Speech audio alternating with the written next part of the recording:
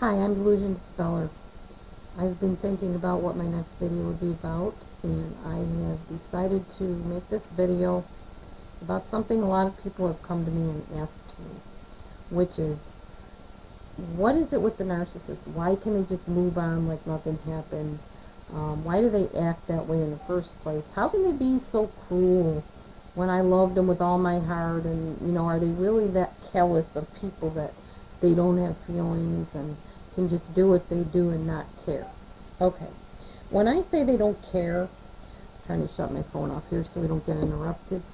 When I say they don't care, what I mean by that is on the outside, they're able to move on. Deep down inside, I don't know if I can say they care about you per se, but they care about what's happening inside them. And that's why they try so hard to escape it and push it away and not deal with it and not face it.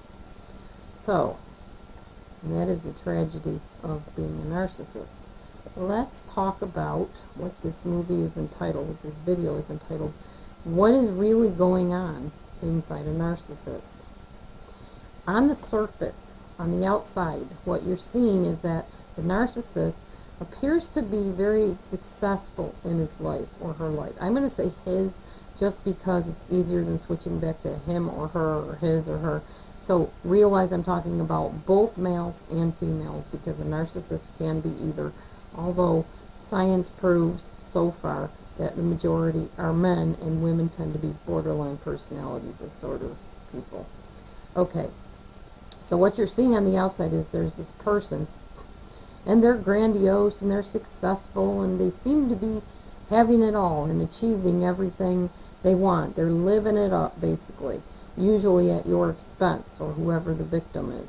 And they're getting away with it all the abuse, all the smearing of you, the turning your friends against you, the blackmailing, the torment that they put you through. Looks like they're getting away with it. They have followers, people that do their bidding, people who would swear that the narcissist was anything but an evil villain, somebody that would prey upon people and mistreat them, people that would swear to their flawless nature and benevolent spirit. If the narcissist happens to be a leader, like in a church, a pastor, a minister, evangelist, prophet, apostle, whatever, even more so, we see that they have their followers and people that will back them up even when they're in the wrong.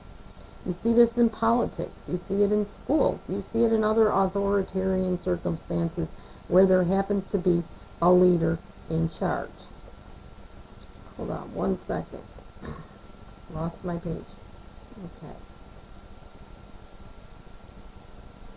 It seems like you walk away the victim and the narcissist is the victor every time, right?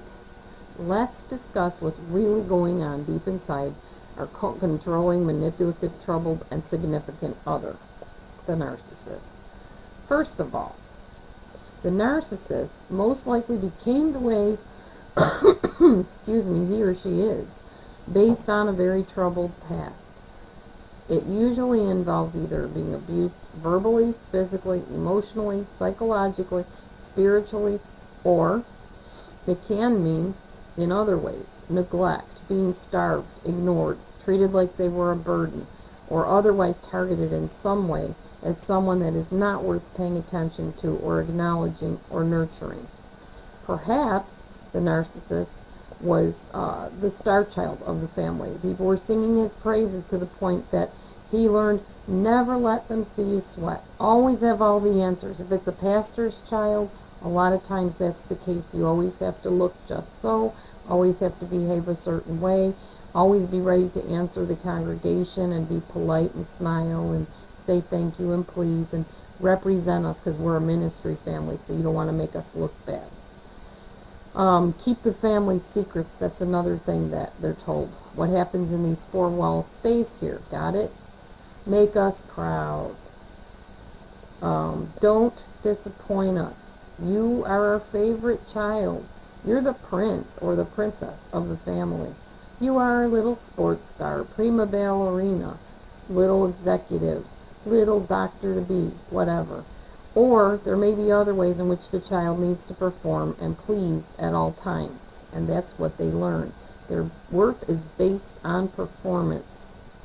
In all of these ways, the child often grows up feeling like an object, unloved unless he or she can measure up and be perfect, or be whatever it is the parent or the caregiver wants them to be. Often the child feels worthless or rejected, and in some cases he or she is literally emotionally abandoned and sometimes physically. These feelings run very, very deep for the would-be narcissist, and because he or she never learned how to self-validate and self-soothe in spite of the outside situations going on, what child does. Child doesn't ask to be abused, neglected, or put on a pedestal. It becomes a lot easier for that child to remain in performance mode all the time, with a false self actually shown to the world. When the narcissist shows off or acts like he or she has it all together, what you're really seeing is a mask, a cover-up for the very deep inner pain and emptiness that they carry inside them. As mighty as that narcissist might seem on the outside, he or she is just as helpless, if not more so, helpless and empty and disempowered on the inside. The narcissist's very motive in life stems from this inner sense rather than what you see outwardly.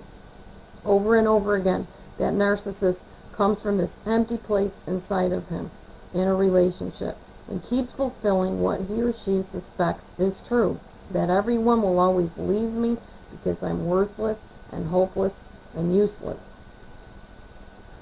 It's very tiring for a narcissist to keep up this facade of being all-sufficient, not needing anybody. I can do everything for myself. I never needed anyone. I never will. They can keep that up for just so long, and then pretty soon the targeted victim starts to see some flaws in their facade. They see little glimmers of light peeking through, tiny bits of vulnerability, showing what is hidden deep inside the narcissist, deep inside where the narcissist does not want you to go and does not want you to know about. When you see this, the narcissist reacts to your discovery with defense mechanisms such as projection. He'll start forcing his blame and his responsibility for things onto you, accusing you of things that he is guilty of and does not want to take the blame for.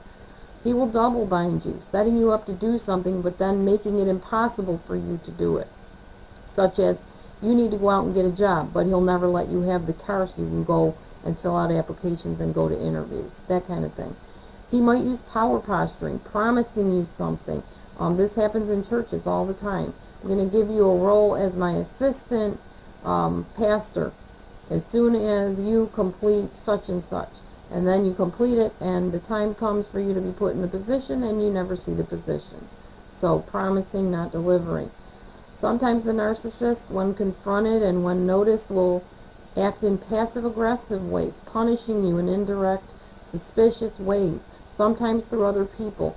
Rather than being assertive and working things out and talking to you about things, he will lash out in covert ways. Anything, he will do anything but to avoid you seeing what is really deep on the inside. In essence, when the narcissist torments you, all you can do is fight back, cower, become angry, or confront him. And again, this confirms the narcissist's suspicion that nobody likes me, I always do everything wrong, everyone will always leave and give up on me. You see the victim, the martyr role, come into focus at this point in the narcissist. You start seeing the all-sufficient one fall off his pedestal and start gripping back on to try to climb up it, but he can't. To the narcissist, when you do these things, you confront him, you question him, you wonder about things, you address certain issues. It's narcissistic injury, and once he decides that he can't fix what he, in essence, broke, he finds the next supply source. Takes too much energy to work on things, and besides, that's not the way he operates. He operates by deflection and transference and projection and all the covert ways of avoiding dealing with what's deep inside. So he finds the next supply source. He replaces you. He devalues you first, usually, telling you all the things that he thought he saw in you aren't really there, and then telling you all the bad things that are. Stay tuned. I'm going to continue on this note. God bless you.